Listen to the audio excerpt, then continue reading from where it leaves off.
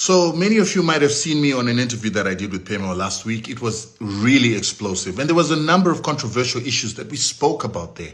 And some of them have gone viral. But some of them have begun to explode and cause problems between governments. So one of these is the issue of Paul Kagame. I spoke about Paul Kagame. I said Paul Kagame is a threat to Africa, and Africans must not trust him because he's trained by the Americans at Fort Leavenworth to be a mercenary of the Americans, and he has stolen the hearts of African leaders and African citizens to love him, yet he is undertaking the dirty work of the West, like what he's doing in Congo, where he keeps invading for Congo to be looted for its resources. I also spoke about the fact that he came into power by starting the Rwandan genocide and getting his own soldiers, the RFP fighters, to murder Rwandese so that he could then come in like Superman and act like he's defending the people of Rwanda until he got into power. The reason he did that is that if he had gone for an election against Habyarimana, who he murdered, he would have never won.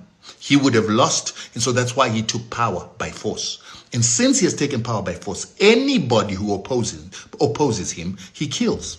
And so this is why they're concerned and worried about what it is that I've said, because they've been using British PR agencies to manage the image of this very vile man that has killed over 7 million people. He's killed more people than Hitler on the African continent. And our leaders smile and laugh with this man, and yet he's killing Africans. He has caused a genocide that is bigger than what it is that Hitler has caused. There's no reason why we should be tolerant of this man. So what he has done is he sent some of his agents to Zimbabwe to look for one of the media houses and to write an article denigrating what I have done and seemingly saying that I'm a government official of Zimbabwe and I'm ruining the relationship between Rwanda and Zimbabwe. I'm not a government official for Zimbabwe. I'm not a ZANU-PF member. I'm a citizen of Zimbabwe who's protected by the Constitution of Zimbabwe, free speech, free expression, and that is what I've been expressing.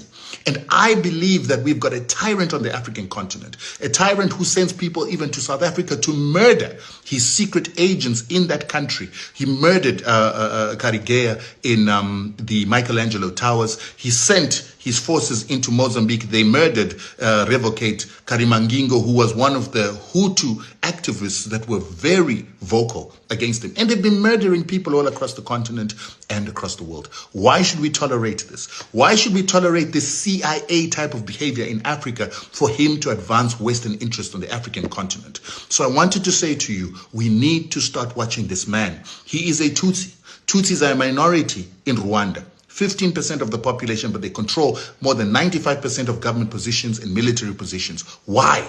That is apartheid, and we need to end that apartheid in Africa.